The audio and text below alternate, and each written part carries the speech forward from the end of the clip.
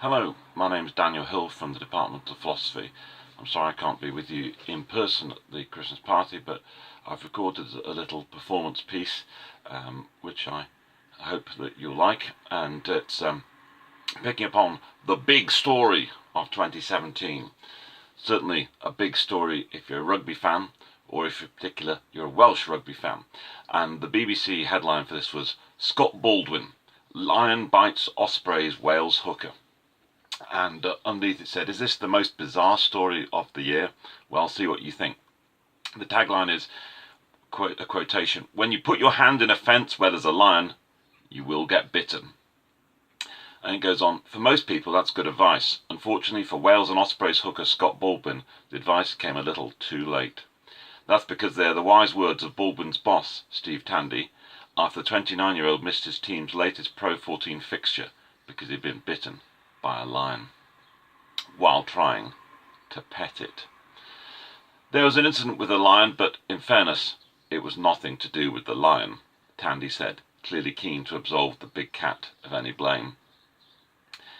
The incident happened during a team trip to Weltervrede Game Lodge on the outskirts of Bloemfontein before the Ospreys Pro 14 match against their appropriately named hosts, the Cheetahs. Everyone present on the visit was, according to Tandy, given plenty of warning not to stick their hand into the lion's den. Baldwin apologised on social media afterwards for his misadventure, saying, sorry all Ospreys fans for letting you and the team down by missing the game through the bite. On the end thankfully and should be up and running round soon enough, thanks to your support and concern. But it's fair to say that his boss Tandy was far from impressed with Baldwin's actions. It was pretty stupid on Scott's behalf and he's pretty lucky, said Tandy. It was nothing to do with where we were. It was a good environment and we were told how far back to stand. I don't know what sort of wildlife shows Scott's been watching where you can pat a lion on the head as if it's a kitten. It's probably one of the silliest things I've ever been involved in, but thankfully he's okay and hopefully he'll be back up and running in the next couple of weeks. Now, that story from the 30th of September this year did nothing more than remind me of a famous poem by Marriott Edgar called The Lion and Albert. Here we go. There's a famous seaside place called Blackpool that's noted for fresh air and fun, and Mr. and Mrs. Ramsbottom went there with young Albert, their son. A grand little lad were young Albert, all dressed in his best, quite a swell, with a stick with an horse's head handle, the finest that Woolworths could sell. They didn't think much to the ocean, the waves they was fiddling and small. There was no wrecks, and nobody drowned. Fact, nothing to laugh at all. So seeking for further amusement, they paid and went into the zoo, where they'd lions and tigers and camels, and old ale and sandwiches too. There were one great big lion called Wallace. His nose were all covered with scars. He lay in a somnolent posture, with the side of his face on the bars. Now Albert had heard about lions, how they was ferocious and wild. To see Wallace lying so peaceful, well, it didn't seem right to the child.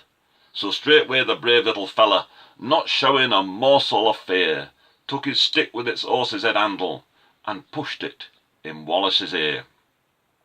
You could see that the lion didn't like it, for giving a kind of a roll, he pushed Albert inside the cage with him, and swallowed the little lad all. Then Pa, who had seen the occurrence, and didn't know what to do next, said, Mother, yon lion's et Albert. And Mother said, well, I am vexed. Then Mr. and Mrs. Ramsbottom, quite rightly when all's said and done, complained to the animal keeper that the lion had eaten their son. The keeper was quite nice about it. He said, oh, what a nasty mishap.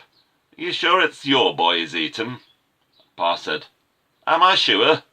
There's his cap. The manager had to be sent for. He came and he said, what's to do? Pa said, yon lion's et Albert, and him in his Sunday clothes too. The mother said, right's right, young fella. I think it's a shame and a sin for a lion to go and eat Albert, and after we've paid to come in. The manager wanted no trouble. He took out his purse right away, saying, how much to settle the matter? And Pa said, well, what do you usually pay? But Mother had turned a bit awkward when she thought where Albert had gone. She said, "No, somebody's got to be summonsed." So that was decided upon. Then off they went to police station, in front of the magistrate chap. They told him what happened to Albert, and proved it by showing his cap. The magistrate gave his opinion that no one was really to blame, and he said that he hoped the Ramsbottoms would have further sons to their name. At that, Mother got proper blazing, and "Thank you, sir, kindly," said she. "What? Waste all our lives raising children to feed ruddy lions? Not me." Happy Christmas, everybody.